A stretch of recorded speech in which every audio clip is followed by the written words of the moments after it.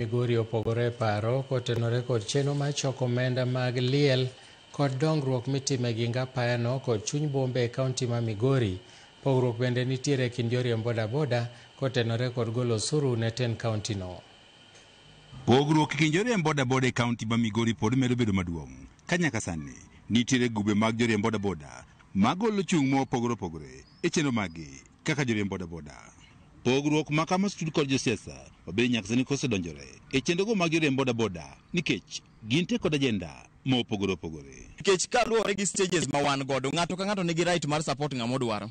Kaka stage antiere gi jok ma support Ochilo, nitie joge Nyamita, to antiere gi joge Masara, to an gi joge John Pesa. Wakikore masa mora mora wabro kawo sides, nyiso ni koro ok wanya tiyo kanyakla. Siasa gi osebedo ka tiyo gi nyithindwa e yor fujo.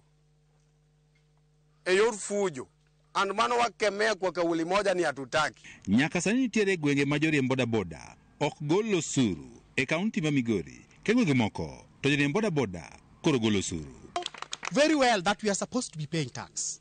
We are aware because Migori County is our county. But there are some agreement we made with the county government. Out of the 3, we have received none.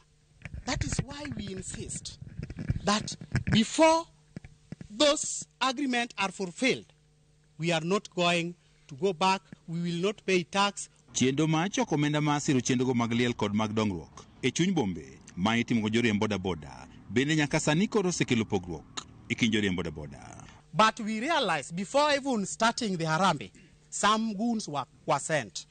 And when they came to the ground, they were telling us that they will not allow us to conduct any fund drive there, any Harambee, without consulting the county government. Moko joriemb bodaboda mowuok e sub-county ma Suna West wach nyali e chenro mar choko omenda kata goyo Harambee ma itimo e chuny bombe kata e genge peini e kaunti ma Migori.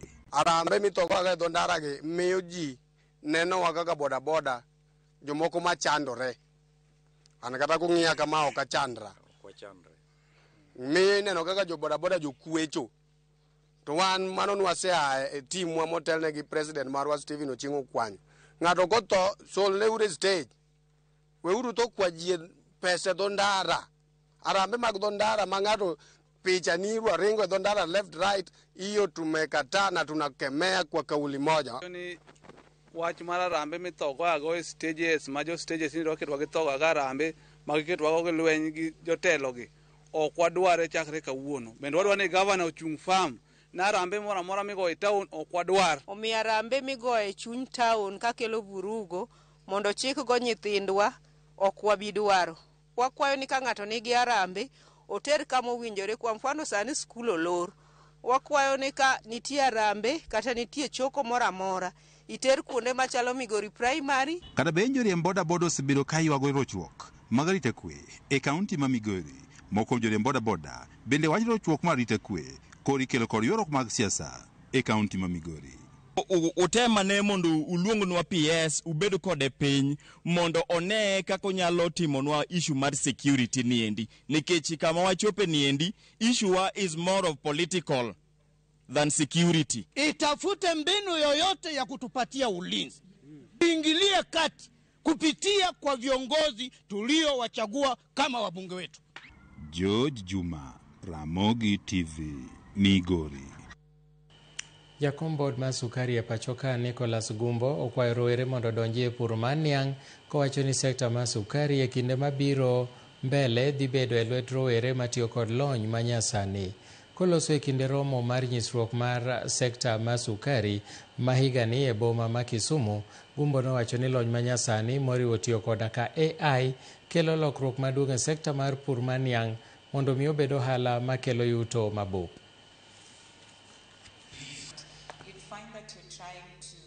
So empowering of these farmers as KSB and also from the miller to the research to the milling, we are meant that act to serve easy.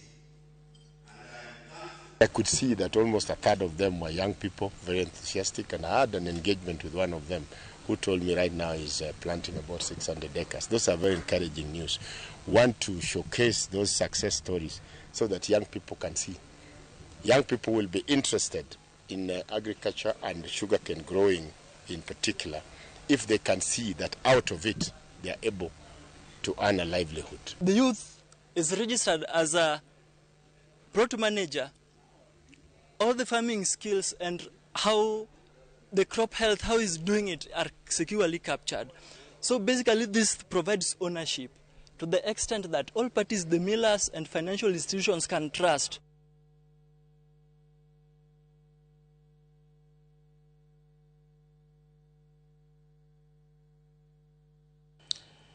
Jalup jatend jotije sirikal marango chenro ma piny owacho Eliud Owalo olimo chenro mopogore mag dongruok e piny owacho ma piny owacho timo e kaunti ma Bomet. Chenro ma gilimo oting'o apaya ma kilomita 75 migero kod Kera matudo kaunti ma Bomet kod Narok South kod Nakuru kanyakla kod apaya ma Longisa kochomo Sigor manochung chakre e dwe mar adek higa mokalo. Chenro mamoko ma gilimo oting'o mago mag pi, paw ndeke matin ma Itembe, udi mag nengo gi oyweyo manyaka sani odong' atamalo adek kende titieko. Jotelo mochopo osingo maneno ni chenrogo orumo mapiyo kaka nyalore. Chemaner Longisa Road being implemented at a cost of 2.8 billion shillings by the Kenya Rural Roads Authority. The project's status is at 20%. The timelines had elapsed. This is a project which was started off way back in 2020. It's actually stalled. We revived it. It's at 20% completion level. The contractor was asked to enhance capacity, both in terms of human resources and equipment. We are not convinced that the contractor has done that, and we have cautioned the contractor to up his game. As the government delivery unit, we are also going to liaise with the relevant government agencies to see what we can do to unlock that project. It is the same case with Longisa Sigor Kyogong Road being undertaken by the same company. It's only at 26% completion level. It had stalled again, but again revived in March 2024 through a presidential directive. Again, we are not very happy with the progress of that road, and we have cautioned the contractor to up his game. We have also expressed concern that the same contractor is undertaking a whopping about 11 different road projects in different parts of the country. And we are worried that there is no justification in awarding to 11 contracts to a contractor who is not performing based on existential experience. M-Pesa Foundation oketo kogi winjruok kod Ten County ma Narok mar gero ute thieth matindo 5 ka chung od bura ma Narok South ka gedo mar ute thieth go biro muonyo omenda maromo $339 koloso tok yango chenro mar Uzazi Salama kendo keto mise mar gero od thieth mageto konyo jok mamine mapek e gwenge ma Chepalungu machiegni kod bungu ma Mayu. Jaloso elo kambi ma Safaricom Michael Joseph olero ber mar chenrono kowacho ni en mar duoko erokamano ne customers mag Safaricom mawuok e alworano.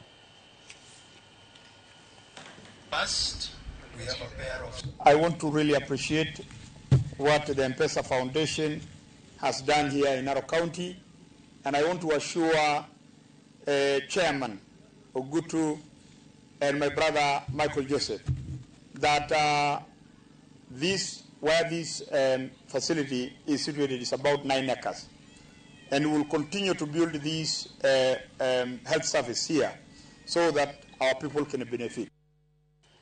Nyakwara Mogi en thuolo mar kawo yweyo mokwongo e chenro mar migago. Akwayi ni kik idhi mabor, pod aduogo gi mathoth bang' thuolo machuok.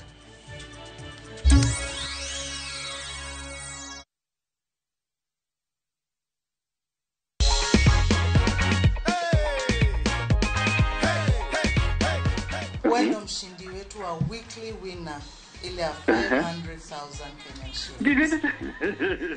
Ndo mshindi wetu. Thank you God, thank you God, thank you God. I'm grateful. Nashukuru.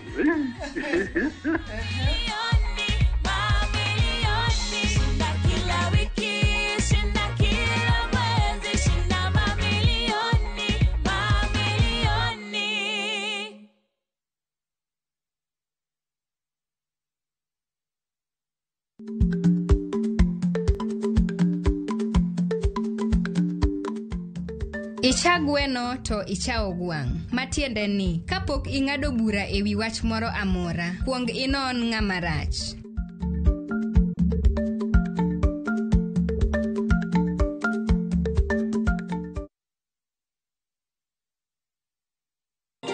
This festive season, find your calm in the endless blue of the Maldives, where love and stillness live side by side. Because the most beautiful memories aren't rushed. They unfold in the quiet moments you share, where the waves whisper and time stands still. From just $2,210 per person sharing, enjoy 5 nights of barefoot serenity, crystal lagoons, and peace that stays with you long after you've left the island. This December, make space for peace, love, and gratitude. View Travel, memories that matter, memories that last.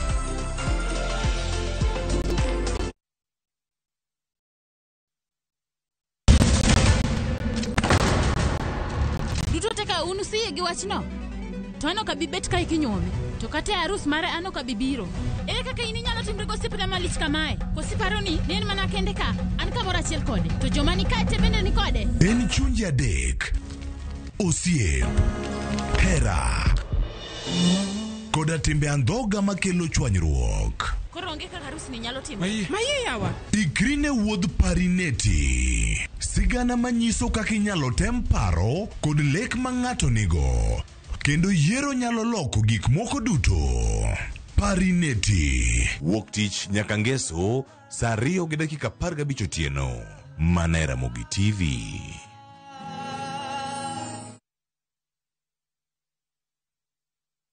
Apenyi baba duoka. Raile mane dwaro koso mala iko rwenyo kumanore gie. Magi kawa gombowa. Apenyi wono sembo duoko wa joluo. Raile mane dwaro koso mala iko rwenyo kumanore gie. Mondo mi iyud thuma mar Raila Tribute kaka sikiza tune mari. D *811 *343#. Ramogi TV e od jothumbe duto.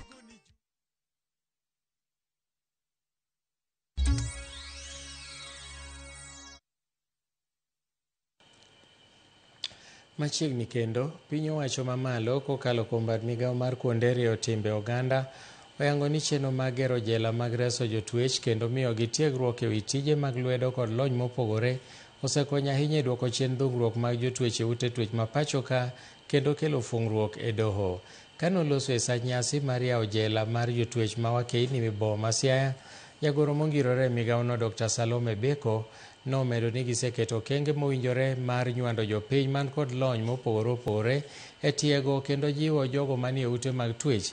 Jela mar Wakeini ma Siaya biro konyo e ting'o Wakeini mayach kod mago man kod nyithindo matindo kaka yo mar resogi e midhiero mar riwore gi jotwech mamoko.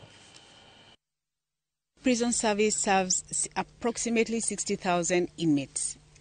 Probation and aftercare service also serves approximately 60,000 offenders having non-custodial sentences, which is a testament to the great importance of community corrections. And these community corrections is probation orders, community service orders, and aftercare. And now we have added on this component of community probation volunteers to help move these community corrections to become more effective and to reduce recidivism, so that continually we have the community itself supervising offenders so that they don't come back. And that is very, very important. And you can see we are working very closely. We are members of the National Administration of Justice, National Council on Administration of Justice, which is chaired by the Chief Justice. And part of what we do to reduce recidivism is to decongest. And when the judiciary is decongesting, it transfers those people to probation and aftercare. And that's why you see they are running almost at par. A number of years ago, the number of persons serving custodial sentences was double the number that was serving community corrections. And so you can see that this is a testament of the effectiveness of community correction. Od bura ma kaunti ma Nyamira koro oseo od buch Senate kuom remo winjo ywak gi madwaro thicho oko gavana Amos Nyaribo ka giwacho ni weche mapek mane gichwalo e Senate ne ok okaw gi pek moro amora. Bende od buch Senate nodoyo ineno mag mibadhi kotiyo marach gapisi manitudogo Nyaribo kendo yudo ni ne onge neno moromo ka koro ne gijok giwito oko dwach od bura ma Nyamira mathiche oko. MCS go sani wacho ni Senate otuono jodak ma Nyamira ratiro margi. The senators spent much of the time debating on the PO, and finally they did not give us an opportunity to prosecute our case about the issues that have been bedeviling Nyamira. For quite a long time we have seen issues that have led to stagnation of development in Nyamira. What happened? That 1 hour break that my colleague leader majority in the Senate asked for. What happened after that 1 hour? That the Senate decided to vote on the preliminary objection, and 3/4 of them who were supporting us crossed over and supported the preliminary objection. Kwa hivyo tunaomba watu wa Nyamira wawe watulivu ya kwamba tuko na njia mingi tena ya kuangalia haya maneno. Tutaenda kotini ili koti iende kusema ya kwamba idadi ya MMCA ni wangapi ambao wanatakana wafanye ile turuti mbili. Lwenje makit chwecho yange ni sani omedore mbui kama injawe jok mamine kaunti ma Kwale. Maria hinya iwacho ni timo gi wakeini mitiyo godo e pinje maoko ka bende iwuondogi kendo imayogi omenda gi osiepegi machuo ma bende chako njawogi ka bandho omendago. Jokedo ne ratich oganda koro dwaro ni mondo ochwal tiegruok ne jopiny e tiyo makare gi mbui kendo ka okange ne jogo matiyo kode marach. Giwacho ni en gima lit ni wakeini matiyo e pinje maoko duogo gi lwetgi nono ka omendagi okaw gi jok machuo.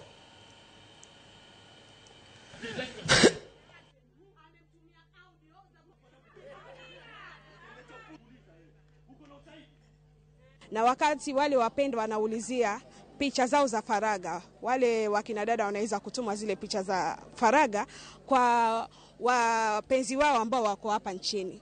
Na wale wapenzi wao wakati mwingine wanapokosana pengine utapata wanachukua zile picha na wanazianika mitandaoni. Kwa hivyo wakina dada wengi wamepata na misongo ya mawazo, wameweza wao wenyewe kuumia pia kiuchumi, kwa sababu mtu anamtishia kwamba usiponipatia pesa fulani, na yeye anajua kule anahudumia bwenyenye fulani kule Warabuni analipwa. Kwa hivyo utapata hata zile savings zake zote anatuma kwa njia ile kwamba anajilinda ili asiweze kuanikwa. Wanakijiji wengi wamekosa kujua ni nini ambayo inafanyika. Wanajua sheria ziko lakini hawajui hizi sheria zinasema nini. Kwa hivyo ningependa serikali ikuje chini ieleze wananchi ni sheria hizi ni sheria gani na zinafuatwa kivipi, na mtu akidhulumiwa atapitia njia gani ndio apate haki. Msambweni ikiwa ndo County Referral Hospital, Msambweni ni hospitali kubwa. Kwa hivyo watu wengi wakipata ile dhulma watakuja direct pale, na pia polisi haiko mbali sana na hospitali. Kwa hivyo kwao wanaona ni very convenient. So kwa wiki tutasema tutapata kama cases 5-6 za SGBV, lakini tukihesabu zote hata zinazidi 10. Moko kuom riwruoge makedo ne ratich oganda e kaunti ma Kwale koro wacho ni nitiere medruok e buche mag rocho ratich nyithindo ma yawuoyi e kaunti no, ka koro gidwaro ni mondo kel kod buchego ahinya to gie sani ma piny mangima hingo odiechienge 16 mag kedo gi lwenje mag kit chwech. Riwruogego wacho ni buche mag chocho ratich nyithindo ma yawuoyi omedore to onge ng'ato ang'ata mosewuok oko mago lipot e wi buchego, ka giloso e kinde wuoth mane gibago mar tiego jopiny e wi maundugo. Ne giwacho ni buchego nitiere nyaka kuonde mag tich. Tunasema kwamba si kina dada na mama peke yake ambao kwamba wanapata dhulma, lakini pia kuna wanaume ambao kwamba wanapata dhulma. Cases za sodomy, yani vijana kubakwa kwa nyuma maumbile yao, pia zimeanza kukithiri hapa Kwale County na tuseme mtandao mzima wa Coast Region.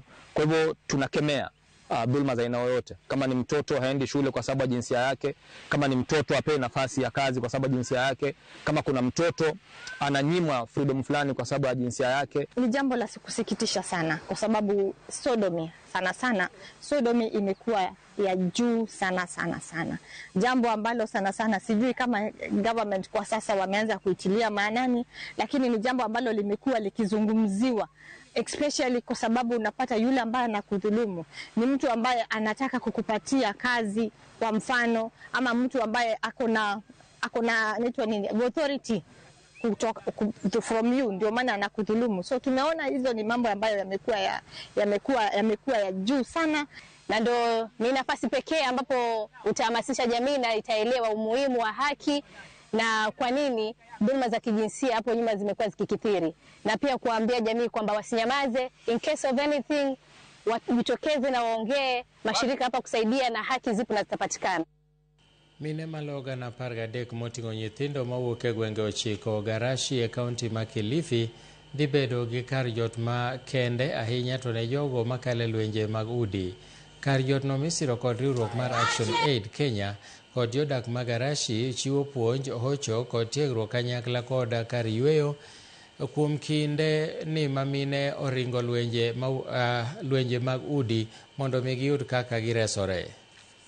13,000 women, and from the 9 villages in this area we are expecting that about 5,400 survivors or thereabouts then would directly and indirectly benefit from this facility. Tukashirikiana na sauti ya wanawake na ufadhili wa Action Aid ndio ikajengwa hii safe space ambayo kwa jina ingine tunaweza kusema ni protection center, ambapo watoto wale ambao watakuwa wamedhulumiwa wanaweza kuja na wakapata hifadhi wakati wakipatiwa matibabu na wakati pia wakipatiwa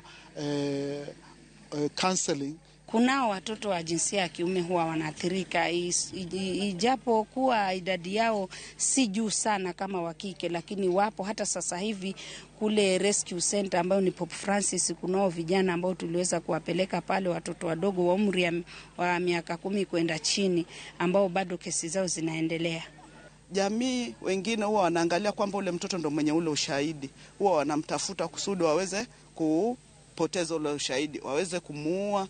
Hasa unaona hata akipatikanika ule mtoto, hata wewe pia si utakuwa uko humo ndani. Hasa tunashukuru kwa hili jumba kuwa hapa, kwa sababu yule mtoto atakapopatikanika time yoyote tutamkimbiza hapa. Piny mar Amerika oyango ni gidhirango kendo chal mar osiep mantiere kindgi kod piny Tanzania magiwacho ni osebedo ka rocho ratiro mag oganda mano nenore e kinde yiero tok tarik 29 ma dwe mar 10 mane oganda owito ngimagi, to nyaka sani Tanzania pok ochiwe duoko makare. Magi timore kinde matendo bila ma piny Tanzania wacho ni gimedo rango machiegni weche mag athuya mofwarre mbui, kendo ok gibi yie ne jopinyno bedo kod ng'anyo man koda ranyisi mag tulo kata lweny tarik 9 dweni kaka liekore. Jafwambo marwa Cynthia Onyango ni kod ler. Tend piny Tanzania medo yudo seyo makagi kacha ewi chal mar ng'anyo manobedo e pinyno e kinde yiero mar jatend piny Samia Suluhu, kama oganda mapok oyang kwan-gi nowito ngimagi kendo moko bende yudo hinyruok.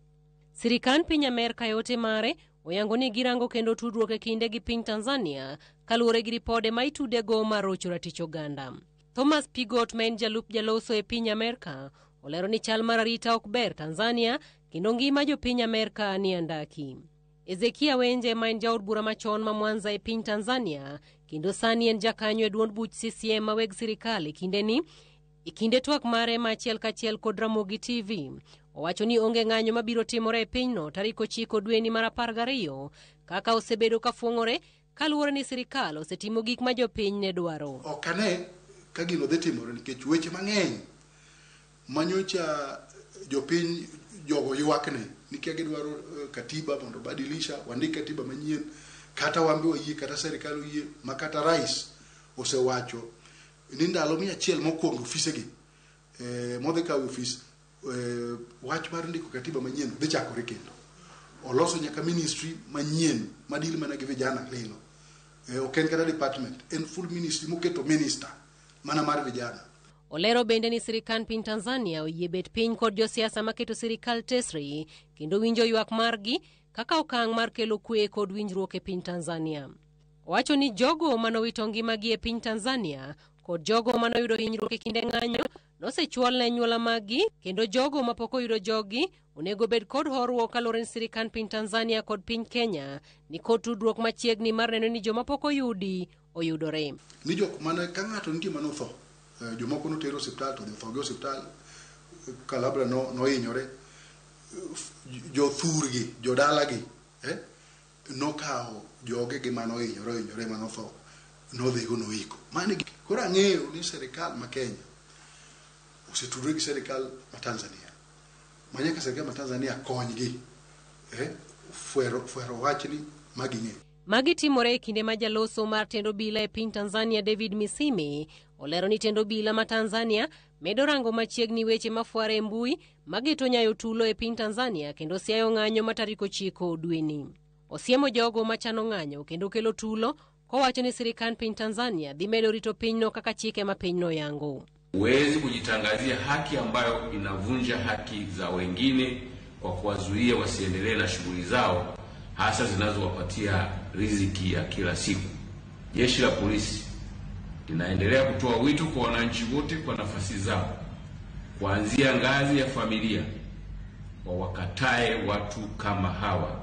Cynthia Onyango, Ramogi TV. Jopur mawuok North Rata koro ywago reyo e wi ong'eche monyonore e alworano kendo ketho negi cham kod olembe puothe piny Maru, gino makoro gikoni miyo kech maliyo chomogi mana kaka lipota marwa Millicent Adhiambo leronwa.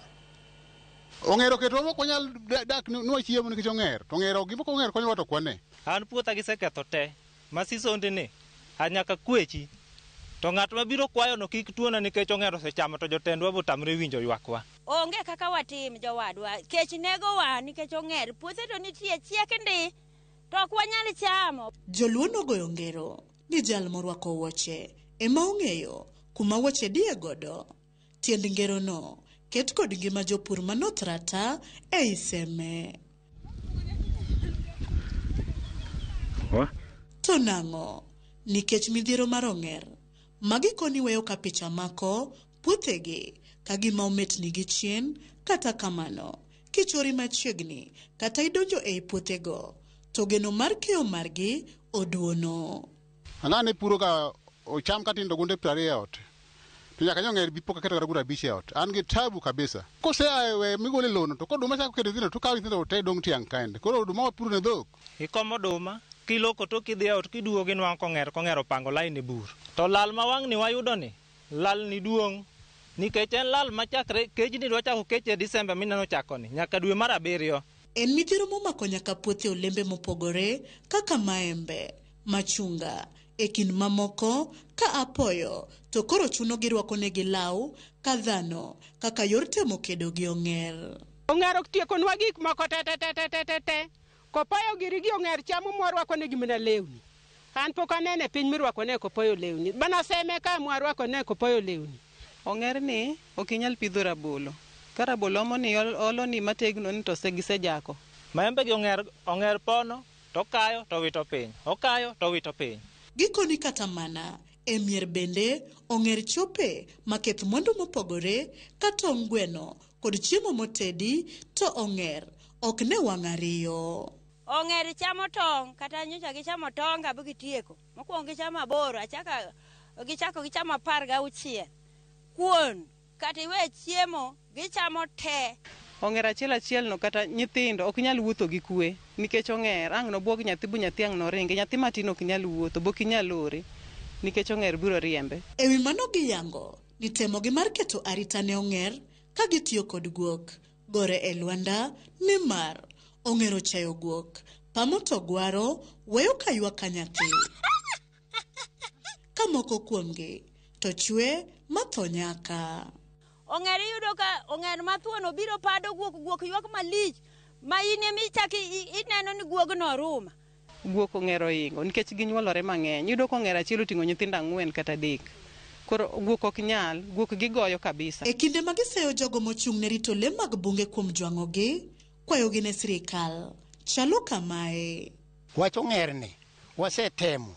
Ne wago ripot ni maler kabisa, mane bwana DC owacho no dhi neno wache no ok oneno. Wakwayo sirikal ni ka dipo ni ginyalo choko ng'echegi bi giduoknwa e game kucha, to wanyalo bet gi kue mondo mi wapidh gik mwanyalo pidho mondo wayud chiemo. Ong'er chando makade ni beto jo wego ng'er yo nego ka ong'er kata kawuono sama loseni. Yawa dongo digi konywa ya ong'er nego yawa. Kae kinde pur ni mar opon, jopur North Rata geno gi koro oduono ni mar kech maliyo ochomogi nikech wacho ng'er.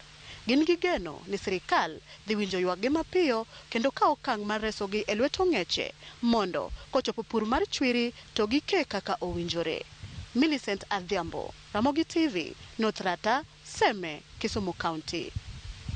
En wach malit ne pidho guok mondo konyi lao ng'er to ng'er pado guok ma guok ywak duogo iri ka ywak.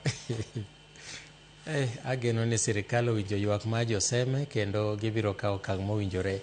Ka wadhi nyime ni kowuok Homa Bay nyaka gwenge mag Baringo, joma mine owuok ayanga mar kelo lokruok e alwora margi tainya e kinde manok chiemo, e kinde ma lokruok mar kor lwasi kelo lwenje mopogore opogore.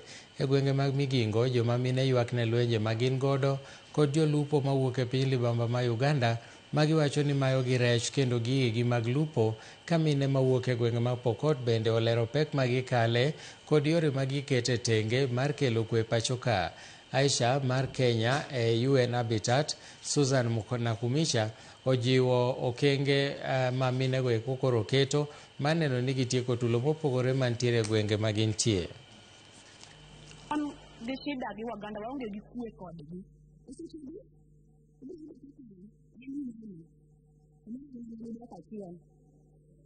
Akaw loan to abuago badi nam gigi ok oduogo. Jolony ok ging'eyo ni negogo nikech godo gik matinyo dak adeni gidak biro bangi.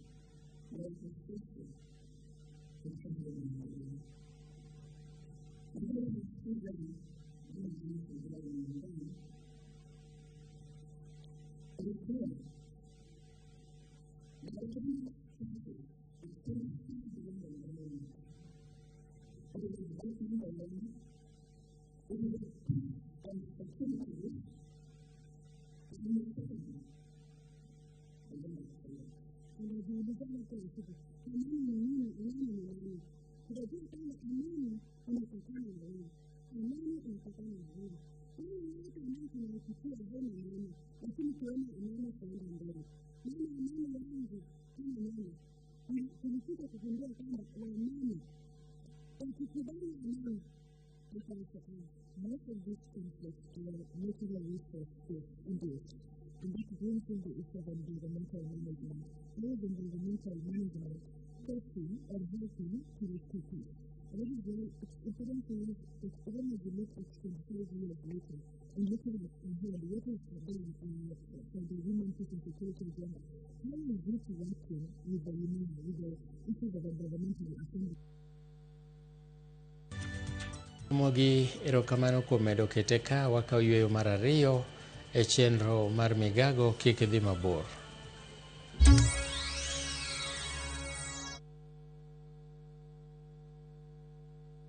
Teke na Wigo Boda. Chanua Jam, fika on time at the lowest charges in town.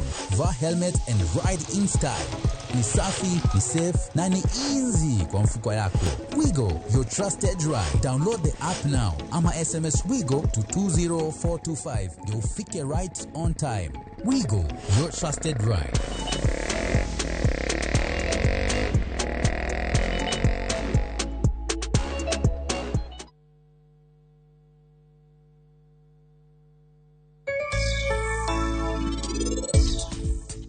understand that the government is always right. An sirkal ok botugo koda. Ne manye na jawelde. Mano ile mi wacho, an gima se wacho. Bingeni didhi e campus gik ma kama gido kitimo. Bwana kata government nigi gowi bwana. Mayo Nyasaye nyaka laga ya nyako chiakoro seluongo nyathine dwa ma pesa yawa. Nyathina. Manyasaye umiya. Sylvia Naheri. Things were helter-skelter. FOMO? We say no more FOMO. Not when you have happy hour. Download and use my Airtel app or simply dial *544#. Always be in the know. Buy the happy hour bundle today. Now bado tuna grow. Airtel.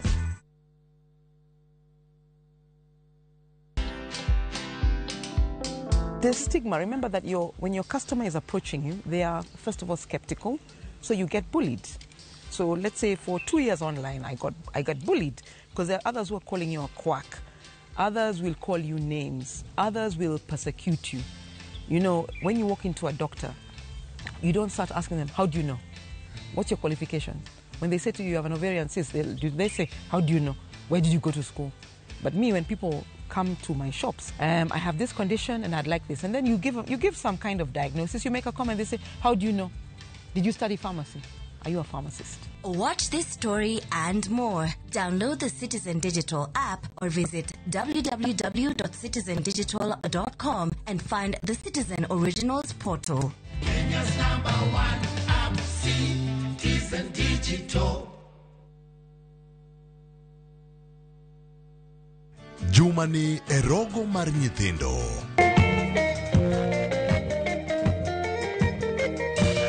What do you want to be when you grow up?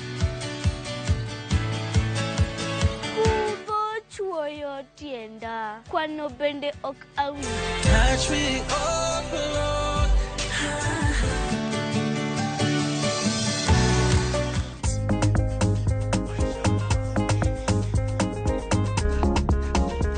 Mama, give me love, love. My mama, give me love, love.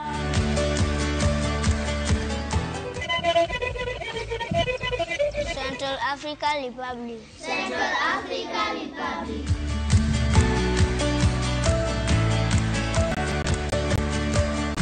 Kik rogo mar nyithindo.